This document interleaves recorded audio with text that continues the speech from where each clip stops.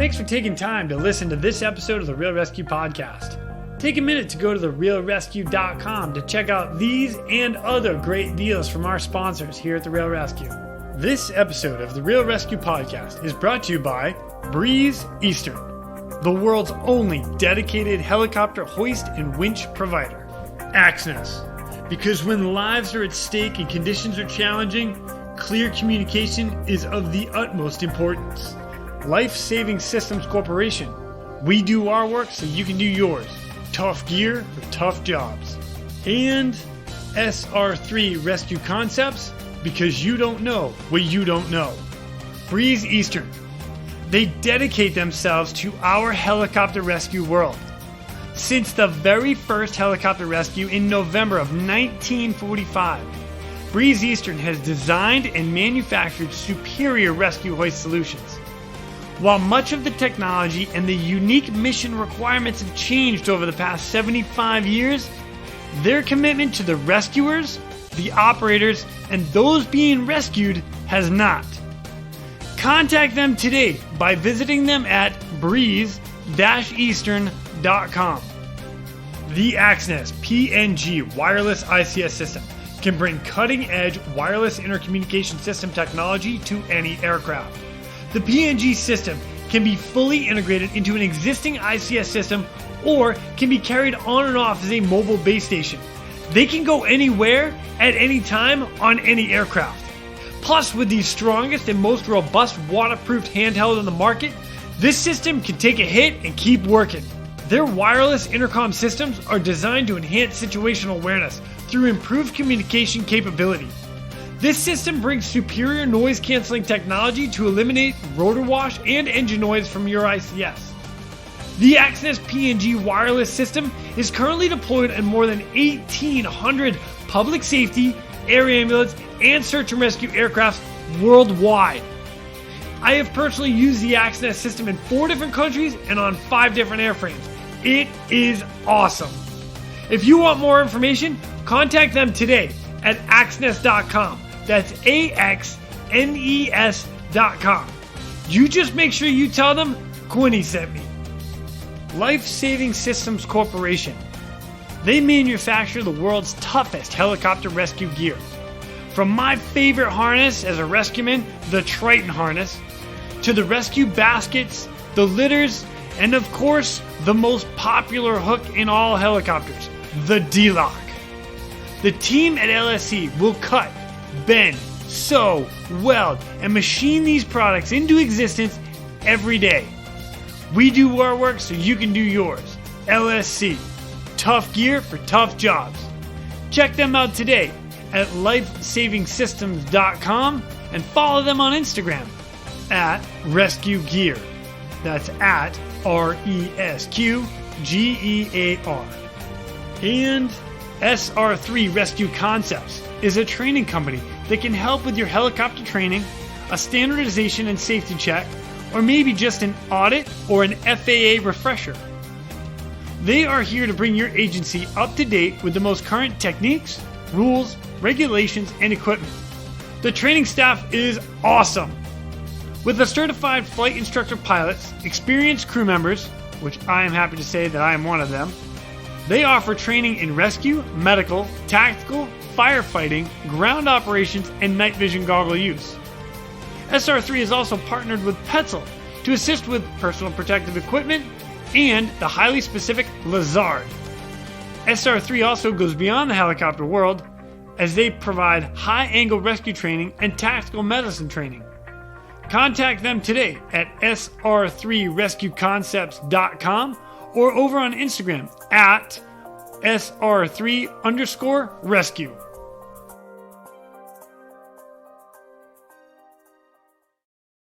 Up next, we have a friend of mine who I had the opportunity to fly with, swim with, and just hang out and have a good time with. He brings us stories from the Peruvian Navy, where he got started as a pilot, did a couple search and rescues there, which has brought him around the world. These stories were a blast to talk to with him, and I hope you guys enjoyed as much as I did. Please welcome my brother, Gonzalo Valderrama. My name is Jason Quinn. I am United States Coast Guard Rescue Swimmer number 500. These are my rescues and rescues from those of us that put our lives on the line every day so others may live. This is the Real ResQ Podcast.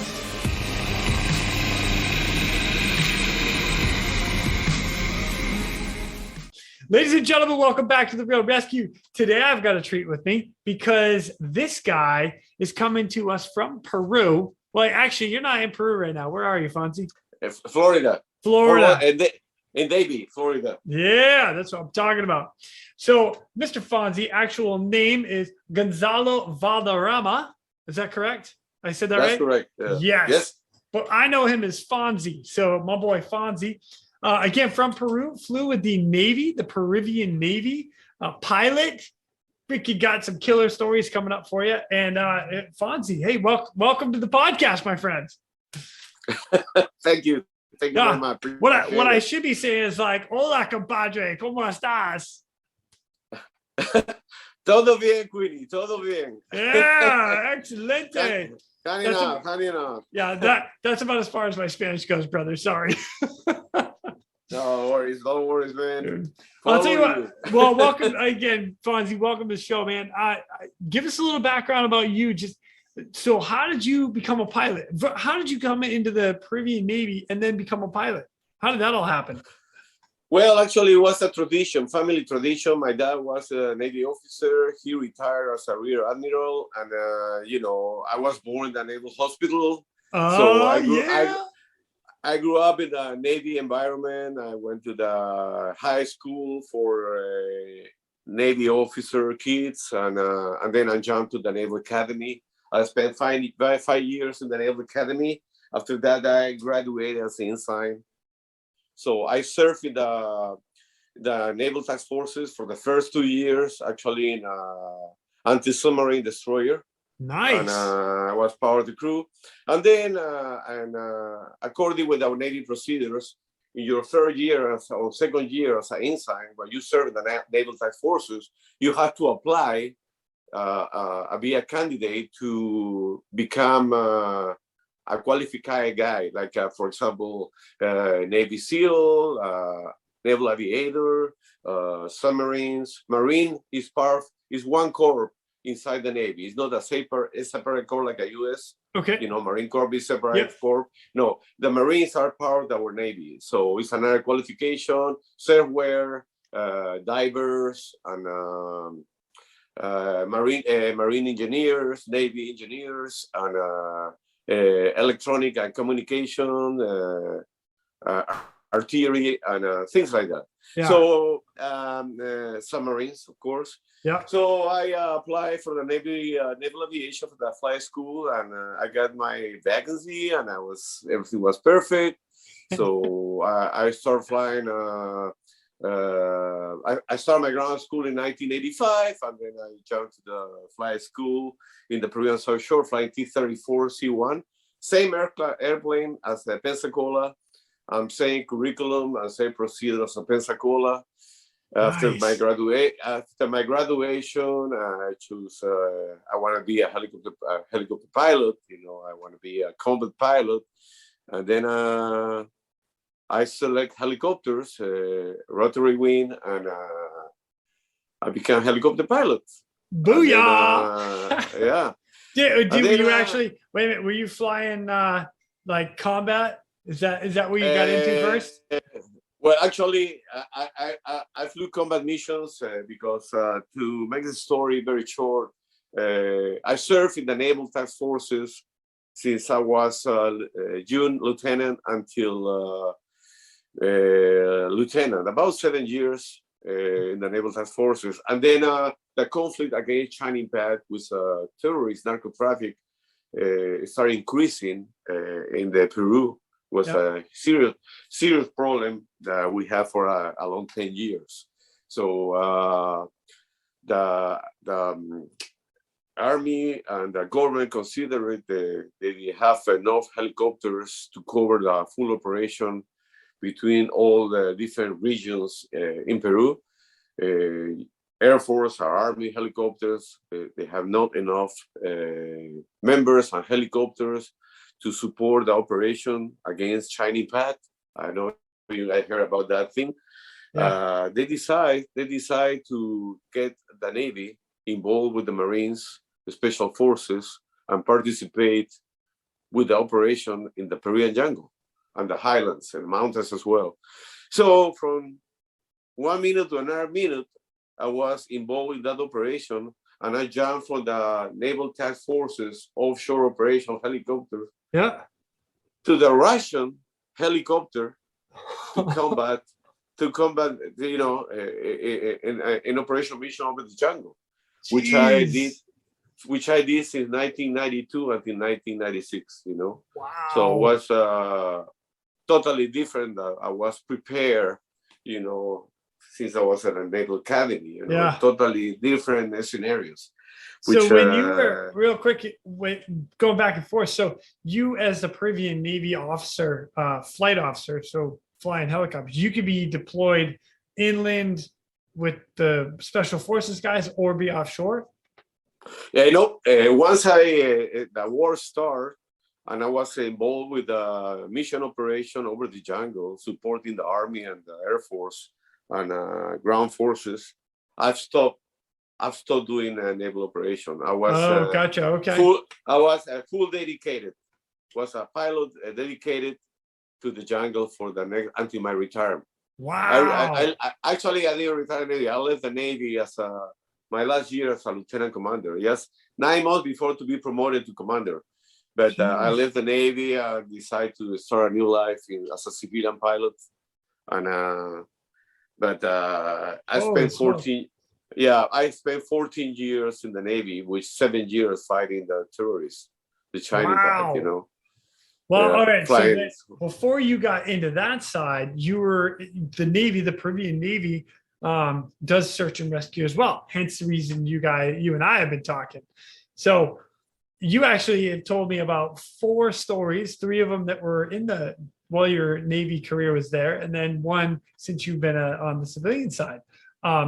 So I'm all about it because I know your first one in the fishing vessel. So if you don't mind, man, give us a rundown, give us a call out, because this is pretty cool. Well, the first one was I was not a rookie pilot that time, but you know, have some experience. And we're flying in the Navy. We're flying TA-57. We had SH-3D Sea Kings and also 212. So we went out for the 212, AV-212, the old one in the Italian version. And, you know, the fishing boat was nearby, very close to the shoreline. So we went out, the launches, and almost in the middle of the night. So we hovering for about, for a little while. We couldn't use the Doppler, which is auto hover in a 139 that I used to fly in Saudi Arabia. And but you know what, you cannot use automatic stuff because you know the vessel is in motion. You have people in the water, and you know. So fortunately, the people was still on board. So, but the fishing boat was sinking. So it was pretty much 45 minutes hovering, man. It was very stressful, and then but it was success. We rescued 3 guys. And hold 3 guys off the ship or out of the water? Out of the ship, actually. Holy smoke! But you know, off the ship before it sinks. But remember, in that time, we didn't have MBG. You know, did not have MBGs, right? No MBG. Actually, I learned flying MBG just not too long ago, just a few years ago. We have the opportunity to fly in a Aramco company in Saudi Arabia. But so you hold on, wait a minute. I gotta back up. You are in the dark, like 2 o'clock in the morning, for a sinking vessel, and not on night vision goggles in a 212. No. Remember our Navy. We you know, Peru is a third world country, man. We have no logistic like a US, you know. Remember, you guys have swimmers. We don't use swimmers. Since I left the Navy in 1996, we didn't have swimmers yet. So, but everything we had was hoist. We have a couple of guys, one hoist operator as well, only one hoist operator. We didn't have medical staff, so we have to carry not too many people, so in order to have enough fuel for the operation. And our hovering were not too high, Yeah. We always try to follow the NATO procedure, which we adopt from the U.S. Navy, because we fly pretty much NATO procedure. But you know what? We have a that's exactly wasn't pitch black. We have the moonlight help us, Yeah, but and, still, it's freaking dark. Yeah, man. But Fonzy, so you're holding a hover for like 40 minutes trying to pick 3 guys off the boat. You didn't send a guy down. What rescue device are you using to get them? Do you remember? Well, actually, we were following the rad out all the time. Okay, rad out. Yeah. Okay, and then to be honest to you, we share controls. Okay. With my co-pilot, and actually, I have to give credit to my hoist operator. The guy, he did good. So. Pick 3 guys off a sinking ship. Yeah. Yeah. And we were lucky. We were lucky because we were super close to the shoreline, So because most of I think the fishing boat, he was coming back from offshore, and I think well, I don't know what happened. It was old fishing boat, got a little crack. Yeah. And I started sinking, and but pretty much was that, It was too many years ago. I can't remember too many details. That's all right. Come on, Fonzy. I have to. Ask. I have to. Yeah, but you know what? Was like a very, very hard experience, because one of my very first offshore rescue operation in my life, and man, I think it was good. Wow. in that we learned flying since the flight school, and special conditions. Yeah. Remember, our bodies, our facility adopt very quick to the extreme conditions, because in the Navy, at least in my time, we have simulators. Pretty much we have. We're Navy officer, we Navy crews. Most of us, we are good swimmers, Yeah. So we have a good background, but no simulators, no good preparation, because lack of logistics. We don't use C-130s like you guys do. Yeah. For like in most of your bases. So yes, we exactly have backup. Like in case you have to come back for fuel or whatever, you have always one airplane on top of the spot. Yeah. To keep tracking the situation. Yeah. We have that. And so it's just you guys out in the middle of dark. You guys picking 3 guys up off a boat. Yes, but you know what? Like I say, nothing is easy, but moonlight helps a lot, and also very close to the shoreline. So, and then we have some of the vessels coming in. It was a diving vessel for the Peruvian diving center. They sent us to try to keep the fishing boat floating. Oh, wow. Yeah. Yeah. So when we rescued these 3 guys, we flew back to the base, and I don't know what happened after that with the vessel, but awesome. the guys never went to the water, So, and well, high five. Pretty much picture. Pretty much it. Yeah. Selfie. Selfie with Fonzy.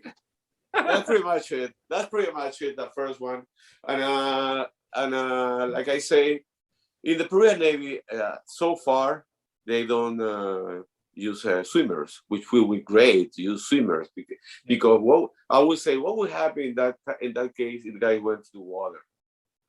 It was pretty much impossible. Right. Pretty much done. I talk about it quite a bit, actually, like having somebody that's trained that can go down on the hoist hook and control the ground or water scene. It's such a game changer, and it helps with crew coordination and everything else that you're trying to do. So I'm all about it. Totally all about it. Of course, I'm that guy, so of course I'm all about it. I'm kind of I've invested in that side of it. Yeah. But I remember, is when you are in I can mention it because I have a Zoom meeting recently with the Peruvian Navy guys and to talk about the Guardian movie. The Guardian, the movie. Whoop, whoop. And we saw that movie. We saw. I participate as a helicopter pilot. To give them feedback about my humble opinion about the movie. We have with a nice. Hey, don't be picking on my favorite movie there, Fonzy. Yeah, no. But I mentioned something because maybe it was some mistake, Hollywood mistake, because in the real time mistake that you can see in the very beginning of the movie will never happen because it's not like that. Right. So right. As a aviator crews, we know some mistake we saw in the very beginning of the movie will never happen in reality. But anyway, that's like what was the movie with The Rock, the San Andreas? Oh, come on! I'm gonna put auto hover on. I'm going out. Yeah. I think. The hat. We're gonna tip the hat. Hey, listen. If we talking about that scenarios about The Rock, maybe he can hover his helicopter upside down. That's right. 40 minutes, maybe. Anyway, it's all right. Anyway, outside of like the Hollywood side. yeah. But anyways, the point about to mention the movie is because you can see it's so hard to hurry over the small vessel, man. Right. It's not the reference. It's no reference, and you cannot see even with the moonlight. The water is you lose the deep perception. Right. So, but the radar and your hoist operator it helps a lot. Yeah. Awesome. Helps a lot with everything, So, but like I say, I cannot. I don't have experience with swimmers. Swimmers, according with our movie, we mentioned it is you need to hover in a low altitude in order to drop the swimmer and go back up in order to keep safe altitude to avoid waves and obstacle counts there. But it was pretty much it about that operation. And like I say, we don't do it too many search and rescue like you guys do in the Coast Guard. But you still have a couple more here too, because you got launched out on a helicopter crash, which you actually got turned around. So, but I mean, give us a rundown on that. I mean, because that was like some of your like basically friends or colleagues, workers that had. Yeah, I actually with that helicopter crash, they canceled my operation because rough waters and I was far. It was really far from the shoreline. It was very, very far. Probably 50 miles away from the shoreline, maybe more, maybe 100. I can't remember. But the accident was because one crew in the 212 was doing takeoff and landings in the frigate, in the Navy vessel. Yep. And they made a serious mistake because, when you're doing that at nighttime, you always have to avoid this is the most common mistake to use as a reference the vessel wake. Yeah, because you follow the vessel wake for sure, you will be disoriented. You're gonna crash. So don't be looking at the wake. Yeah, keep your eye on the exactly. ship. So what you have to do is flying pilot check your instruments, write out everything, and the other guy check the lights, the vessel lights, AOA lights, amber, green, and red, to make sure you're in the right path, approach path. Yep. So and give advices to the flying pilot. But actually, the flying pilot tried to be on VFR, check the vessel wake, and they lost control and crash. The consequence was fatal consequence. There were 4 people in the aircraft, pilot, co-pilot, and 2 observers. And one of the guys was a submarine officer, and he died for I think it was hypothermia.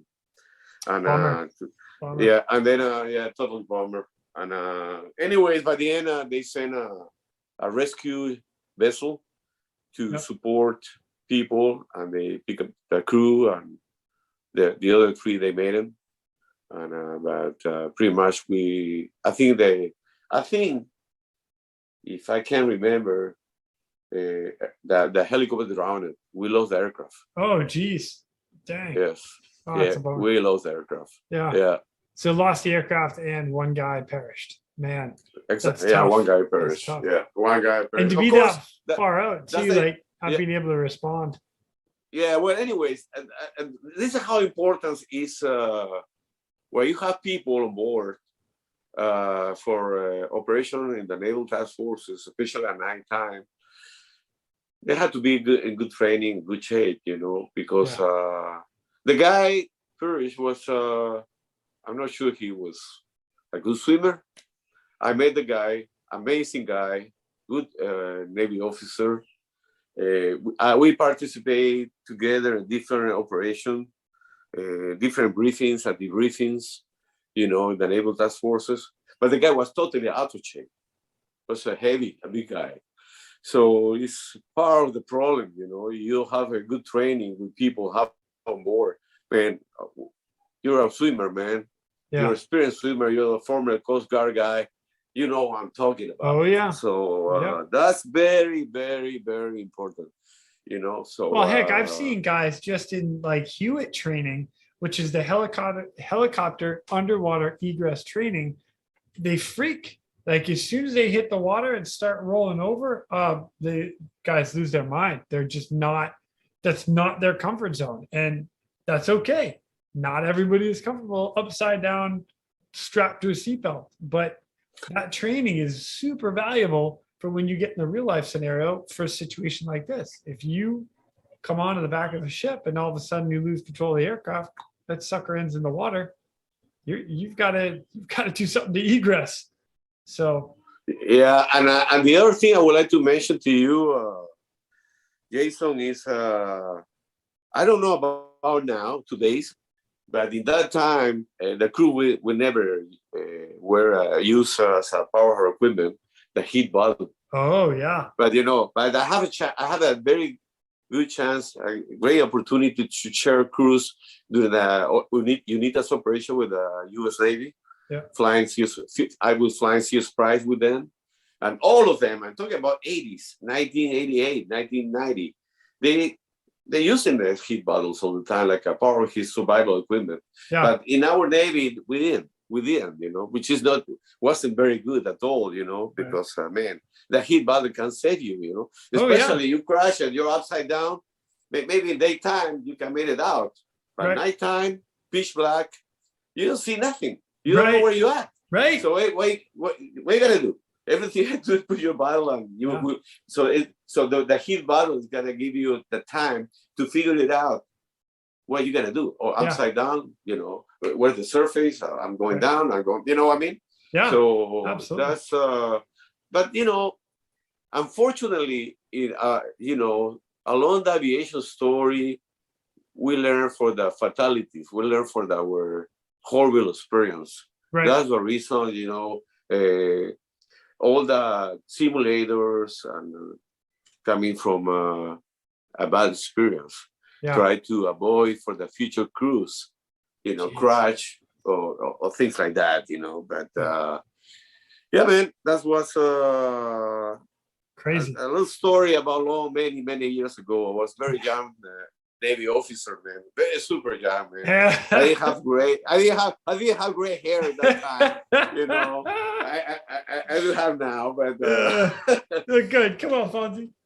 Well, I'll tell you what. Let's keep rolling because you have another case too, which is an interesting case because first of all, it's a plane crash that you responded to that was in the water, and the front landing gear was not coming down, and on impact, the plane broke in half, and you guys got launched out on this.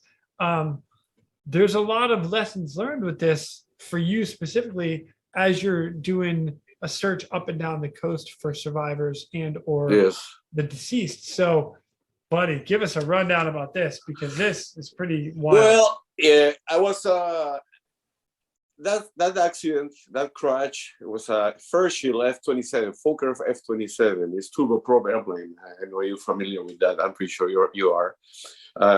They were flying coming from the Peruvian jungle. It was chartered by one of the most famous soccer team in Peru. They were flying back from the Peruvian jungle back to the Naval Air Station. By the coast, by the shoreline, and they experienced unsecure landing gear. Okay, and well, anyways, the pilot he have I think too much experience at nighttime flying, and they have a power problem. They start losing the power in the airplane. The cabin, the passengers get dark because the power problem. Yeah. And the landing gear, one of the wheel was totally, I won't say unlocked, but was in amber. 2 greens and 1 amber.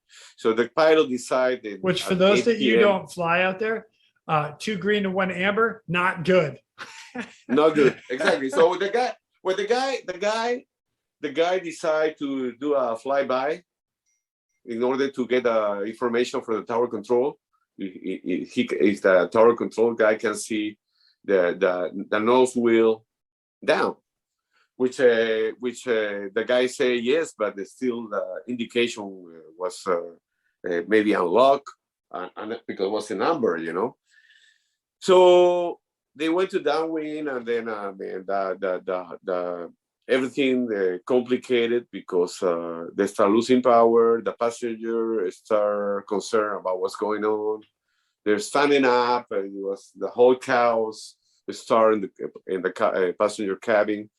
So the pilot made the decision to give the control to the co-pilot, flying VFR instead to request a radar approach control or radar approach advice from the approach control.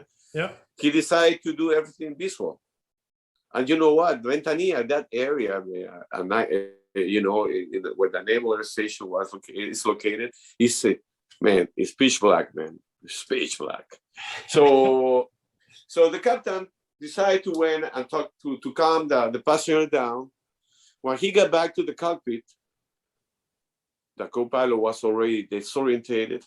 He started losing altitude because they were flying at 800, 700 feet above sea level, man. It's nothing. Wow. Yeah. No. That's, so especially for a fixed wing. Yeah. Twin prop fixed wing. Yeah. He was flying manual, man. You lose situation awareness, man. You lose altitude in 1 second. You fly in an airplane, a turboprop, two engines, F-27 at 800, 700 feet above sea level. Man, yeah, what are you thinking? That's not good at night. No. So, anyways, even I know that, and I'm not a pilot. when the guy went back to the cockpit, man, he saw pretty much the water in front of him. So, oh man, he grabbed the controls. I got the control. He said he tried to pull the nose up. It was too late. So the airplane crashed with the belly and cut off half and a half. Boom. Jeez. So after that, the result was pretty much all the passengers drowned. Only 3 survivors in the very beginning. Okay, the captain and 2 passengers. The 2 passengers was one of the soccer player, young guy, with a broken leg, and the other guy was a sergeant officer, lieutenant, Navy lieutenant. So they were waiting for rescue, but you know, at that time, in the meantime, they were waiting for I don't know, for some reason they couldn't launch the aircraft until 5 o'clock in the morning. So the captain put the young guy with the broken leg on top of the wing, part of the wreckage, and the other guy say, "Man, I can barely see the shoreline, and I'm in good shape. I can swim. I can reach the shoreline. It's not too far." And the captain said, "Man, listen, don't do that. It's better to get together and wait for the rescue team." Right, you know? Right. Stay together. Stay as a group. But the guy said, "No, I'm concerned about the hypothermia." So I say, no, forget about it. I'll make it. He never made it. Oh. Never made it. Yeah. Probably he died halfway to the beach, And the other guy, he was bleeding, losing blood. Internally. Yeah, bleeding bad internally. Oh, because geez. a broken leg. So just before sunrise, man, the captain was totally exhausted. Yeah. He couldn't hold the guy on top of the wing of the wreckage. Yeah. And by the end, he let it go. Oh. Disappeared. And everybody they found it. So, anyways, the sea king show up around 5 o'clock in the morning. He pick him up. They pick him up, and they start rescuing bodies. Pick him out. The flight attendant. He was the first victim, to be picked up, hoisting up. Yeah. And they start, and then the rescue operation start. The whole operation start. And then I was flying TA-57, man. I was a TA-57 pilot in command, this rookie guy. Yeah, rookie guy in charge. My wings just 6 months ago. And they go, well, I was flying TA-57. And TA-57 is, for the audience, is that it's an old Bell 206 Bravo, single engine. Yep. It's for training. It's training purposes. No hoist, nothing. So single engine, and man, we can't go too far offshore, So in Peru, the current is very strong. It's coming from south to the north. So running up, so pushing up north on the side of the country. Very fast. Yeah, very fast. So for example, if you crash the next spot, probably if you die, are you floating? Yeah, it's gonna take you. Yeah, you're gonna take the body for maybe another 50 kilometers in 24 hours. Wow. Oh, that's quick. Yeah. So, anyways, I was my mission was 2 pilots, multi-crew in the 206 and the TA-57, in order to one guy flying, the other one is observer, flying along the shoreline looking for bodies, maybe on the rocks or whatever. The geography in the North Shore, very close to the naval station, or where the crash location, is the shoreline is a cliff. Big cliff. Yes, it's about 1,200 feet. 1,200 foot cliff. Yeah. So on top of that cliff is a highway. Okay, it's a highway. And then sounds like Northern California and like exactly. That's what I was about to say. That the Peruvian geography is pretty much like California. It's arid, it's dry, and it's kind of like a brown. It's exactly as Northern California. Because I remember flying in Northern California and being on the road, looking down, and then watching the helicopters fly below us. It was pretty gnarly. Yeah. So wow, that's great. But 1,200 foot cliffs, that's big. Yeah, but we were looking for bodies over the rocks, and we found the team coach. Oh wow! The team coach body was dead on top of one of the rocks. And then I feel something weird in the helicopter. And then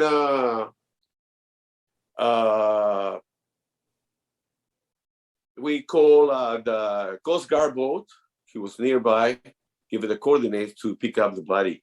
And this is after you felt something wrong with the aircraft. I felt something wrong with the aircraft, like I don't know, like a swinging, a little swing, Yeah. What is that? I never feel that helicopter. So after that, we got back to the Naval Air Base and for fuel, we shut down. And guess what? The main rotor was totally with a fishing line. Fishing line around. Wait a minute. Fishing around the entire. What? The entire main rotor. Holy. Yeah, man. Okay. Do tell. How the? What the? Well, what happened is in that area is good fishing. You know, in the area where we found the coach body was good fishing. So some of the fishermen they put fishing lines from top of the cliff all the way to the water, to the shoreline. Wait for 24 hours. Put some nets on the water, you know, put snares or something like that. Or they put, you know, just to catch fish, you know, because good fishing area actually. And that's good to know. There's a bunch of lines. You're coming down along the cliff, you know. Yeah. And it looks like we catch one of them. You caught a fishing line off. Yeah. The cliff, 1,200-foot cliff, because wrapped around the main rotor head. Exactly, and you stayed everywhere. That is amazing. Everyone. Yeah, but you know what? From that spot back to the Naval Air Base was about, I would say, 25-minute flying. That's it. Not too far. No, it wasn't a long flying. But you know what? When we landed, we shut down. We saw that thing. You know. I was flying with my squadron skipper. Yeah. I said, what the hell? You know, this was dangerous, man. You know, I never imagined. Jesus Christ, man. I was totally in shock, you know. So, I'm impressed about two things. Number one, that you're still alive. Number two, the aircraft didn't fall out of the sky from wrapping that up. Like, you know, you always hear stories about the main rotor head getting caught in X, whatever X may be, and it just pulls the aircraft out of the sky. Yeah, exactly. Wow. Fonzy. Yeah, man, it's something I have in my memory in my career as a Navy pilot, you know. If we're talking about 206, man, you know, 206 small aircraft. Yeah. You know, it's, you know, you're familiar with that P-57, man. Yeah. Jeez. Wow. Yeah, man. That was what a career. Pretty much. That was my experience in search and rescue in the naval task forces. You know. Yeah. So after that, I can tell you the rest of the stories is operating with naval task forces, supporting naval task forces, radar tracking, things like that. Yeah. But nothing unusual. And then until 1992, when I started flying in the Peruvian jungle, supporting troops against the shining path and narco traffic. Yeah. But and then my next experience, one of my most important experiences in my career was in Saudi Aramco. You know. Yeah, over Saudi Aramco flying the 139. Yeah. Kind of where you and I met. Yeah, exactly, man. So, and this actually happened before you and I met, which is another pretty cool story because, you know, like just go ahead, man. I don't even want to. I don't want to pre. Well, in that time, you know, in South Aramco, they have a SAR unit. They create a SAR unit operate with an NVG, you know, nocturnal flight goggles, and with the full procedures and. But in that time, when this happened, the X6, you know, nothing. And, it was nothing. It was something. A call comes in like, oh, we need a medivac. Yeah. Just grab whoever and go. Exactly. Yeah. So pretty much, we're flying BFR 9, BFR operation for ship operation and hoist operation, landing of the vessel and the tankers. But and standby medical evacuation, you know. And then one night, I got a call from Marine Control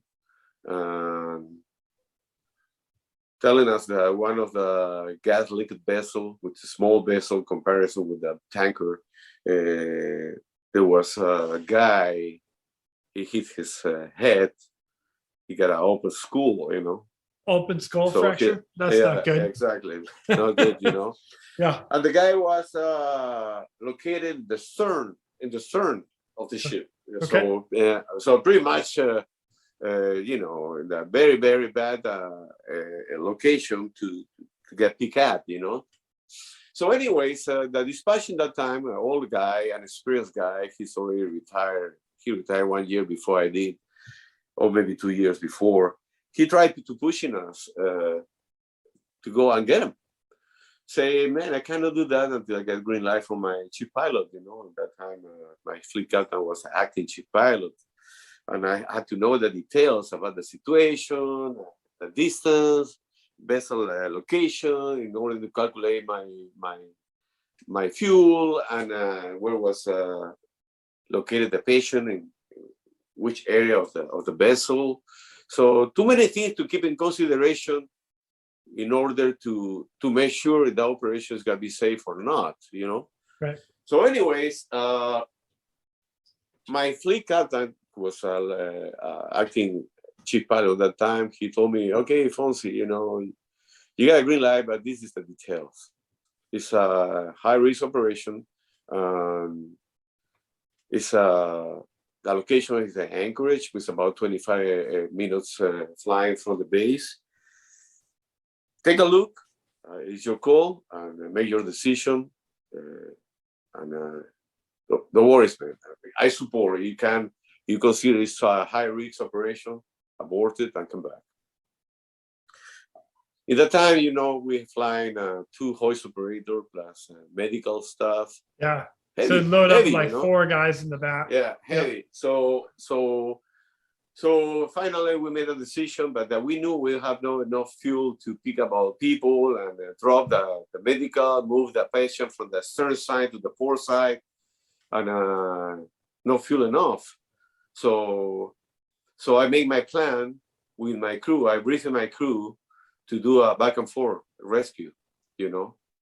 So we put around 700 kilo fuel, and which allowed me to be maybe 40 minutes or 35 minutes in order to come back and get my 45-minute reserve, because it's one of the consideration for night flight, for night flight regulation.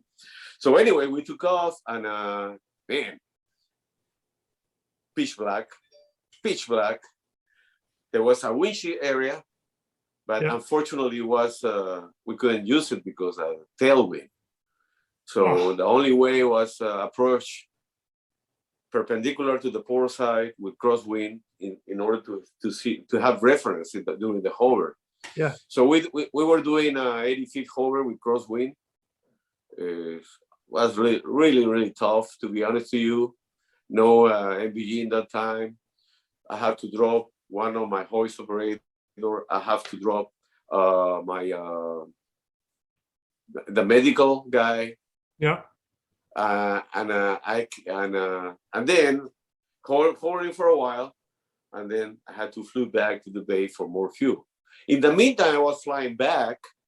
They were moving. They were power debriefing the patient from the stern to the port side in order to be picked up. So I think everything was perfect. Everything runs perfect because by the time I arrived to the vessel again, almost on top of the vessel, I got a call from the Mark, one of my this guy, hoist operator on board of the vessels. "Hey, Captain Fonzy, we're ready, man." Pretty much exactly, man. Thanks God. By the time I got there, they just arrived with the patient, the port side, be ready to pick up. Nice. But you have to consider in the vessel, the middle of the night, 80 feet hover, man, with no winch area. You had to pick up for the little corridor, man. We talk about 2 or 3 meters wide. You had to be very, very perform a very, very good hovering, you know, in order to, you know, avoid any conflict. So, anyways, we pick up the guy. It takes a little while. Pick up the guy with a leader, you know. You have to use the leader, you know. So we pick up the guy, and then we pick up the hoist operator, the medical, and then we pick up the hoist operator. So you can feel that way, man. Even with man, you have the concern about the fuel, you have concern too many things during the operation. Was really stressed. And finally, with a very strong wind, crosswind, and but I can tell you, I have an amazing crew, amazing co-pilot, amazing hoist operator. So we made it back to the naval base. We refuel. We had a whole refuel in the west side of the airstrip. Drop the hoist operator, and we continue our flight to another base to drop the guy in the main camp, which is nearby one of the main hospitals. The big hospitals, yeah. Yeah. To take, wow. The ambulance was waiting for us and come back. I'll tell you what, man. That was one of my hardest rescue operations I got in my life. It's some of the good memory I got, and I feel so proud that everything was great, and I was so happy and so proud of my crew. That's awesome. I give it credit to my crew, especially to my both hoist operators. Were Filipinos. They were not former used car guys. They were not like that. They were simple, humble guys that learned hoisting in Aranco. Yeah. You know what I mean? And they are good at what they do. So it's awesome. Yeah, it's awesome, man. So, man, I think it's amazing. This is the most amazing stories I got in my career, Did the guy live? Do you know? Oh, yeah. Yeah. Sorry. He did. Oh, so you got out there, did an incredibly hard hoist, save a guy, and boom. Someone came out to me 2 days after to let me know, Captain Fonzy, just to let you know, somebody called from the hospital, and also I got called from the Marine Control to let you know that you saved a life. Wow. That's the guy made it. What a good feeling. Yeah. So it wasn't, because the policy, I don't know if the company policy or something like that is nobody mentioned about that operation, except a couple of guys, or say one of my hoist operator, they try to let the people know about what happened, but wasn't very popular because they tried to keep it maybe low profile. I don't know. Which is, I don't agree with that because, I'm the guy to be agreed to provide all this experience to the future crews or the young crews as a feedback, because it's very important to publicate, to make know to the rest of the people about what's going on, because it's a feedback. Yeah. Yeah. So especially for the situation like that happens again, So, right. Oh man, this guy did this thing, this guy recommended this thing, because always we learn from the experience for the previous guys. We learn. All the procedures are made for the previous crashes, previous situations that with all procedures were created, right? So I think this Zoom that we're doing you and me now is an amazing, because it's provide feedback to many crews. Yeah. And very much so. And we learn what we're supposed to do or we're not supposed to do. Right. And, all the time. That's why I love these stories. Like you end up hearing stuff that you're like, oh, I didn't really think about that one. So, yeah. Yeah, man. So awesome. It's pretty much I'm done in an offshore operation. Well, the rest is only normal operation, like a ship operation. As we have another experience with one of the Saudi captains and I forgot to tell you the thing. Kind like my first experience in the Navy. Yeah. But in Aranco, before NBG time in Aranco. Oh yeah, okay. My co-pilot was a Saudi captain working in Tanaji, and he was my co-pilot. I was close to Ras Tanura. Same thing, small vessel. 9 o'clock p.m. We went out. We hovered for a long time, but this time, but this time we used the other hover. Yeah, the auto hover. God bless the auto hover. Yeah, yeah, but you know why? Because what's different situation, you know? In the very beginning, we got the information from Marine Control that the little vessel was drowned, was sinking. And then by the end, you know, after 45 minutes or 40 minutes hovering, something like that, because we got the auto hover. My co-pilot was the left side. I can't remember his name, but you know him. The guy is from he's a guy come from Juvel. It's a young guy from Juvel. Okay. By the end, guess what? Yeah. The vessel wasn't sinking. Was a that wasn't, you know what? That was captain mistake. That guy got stuck in the sandbar. Oh, no. Yeah, that was pretty shallow. They were coming back to the marine harbor or whatever. And he got stuck in the sun, man. And you know, Saudi water are pretty shallow. Yeah. So that was exactly what happened, man. My co-pilot and I would start then laughing, and then say, man, we've been here for a long time, hovering, and you know. And all he is stuck on a sandbar. Yeah, and they call another crew from Tanaji. They were flying in our direction to support us. Yeah. So the whole plan was to replace us, in the spot in order to come back and get fuel or take a race or whatever. Yeah. But we were thinking it was something worse. And I remember one of the guys flying, coming from Tani was Buck Randolph. Buck was flying with, I can't remember, with another co-pilot. We were in touch in the radio. Oh, yeah, we're not. And they said, but listen, man, we talk already Marine Control. We know that we don't need you anymore. One vessel is already a couple of miles away for this vessel stuck in the sandbar. And by the end, they sent them back. Oh, that's funny. You know? That was funny, man. I love these stories because it's like you never know what you're gonna get. This is one of them. Yeah. Man. So I'm pretty much it, Queenie. That's this good. Is pretty much it. So well, I'll tell you what, man. Let's leave it at this, man. Any advice that you would tell you've been flying for years and you've been Peru, Saudi Arabia, like all your different experience, what would you pass on to the younger generations, the newer pilots and guys that are still in the field? Okay. Number one is safety.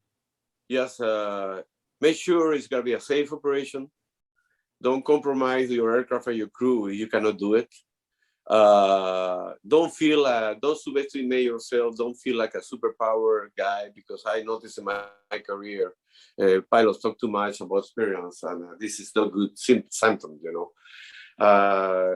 What I think is the safest pilot, the best pilot in the world. I got this thing I picked up from one of my instructors in the Navy. Is the pilot to be ready to fly the next morning. This is the best pilot in the world. So we should learn from experience. We should learn for the former guys' experience. We should learn a lot from them, and you know, just safety, man. Safety. First thing. Safety. That's it, man. That's it. You know, it's everything I can say, and that's it, man. It's my best recommendation. And try, you know, I advise the pilot to check always all websites about the former experience. Yeah. Some operations, some operation from the U.S.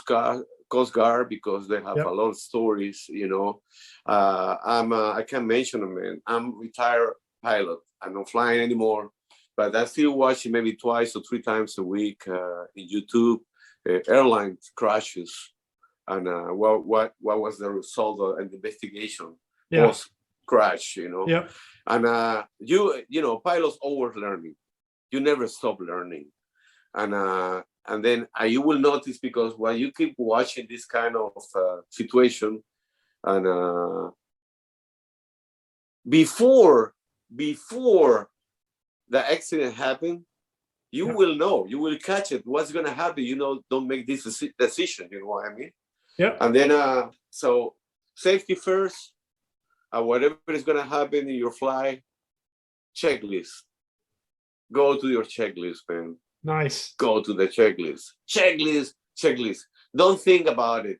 Don't think, oh man, I believe this thing, I believe that. I think it's much better. No. Checklist. Yeah. Go back to the checklist. Sorry about my bad words, but I see stupid. I see stupid things about bad decisions before going to the checklist.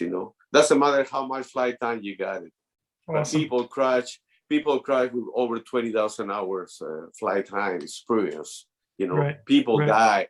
Remember that the accident is the result of a bunch of links together to create the change to conduce us to the accidents. Right. What we have to do is cut it off. Break the chain. Exactly, and break that change to avoid.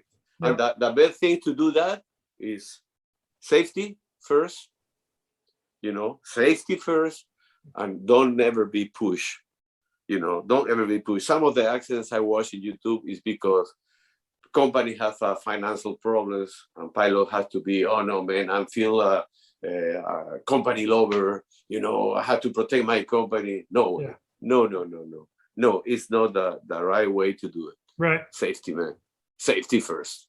I like it. No, it's not about reputation. Nope. It's about safety. Reputation, it doesn't work in aviation. That's what I learned in my 50,000 hours flight time career. 50,000 hours. Yeah, man. That's awesome. Hey, what are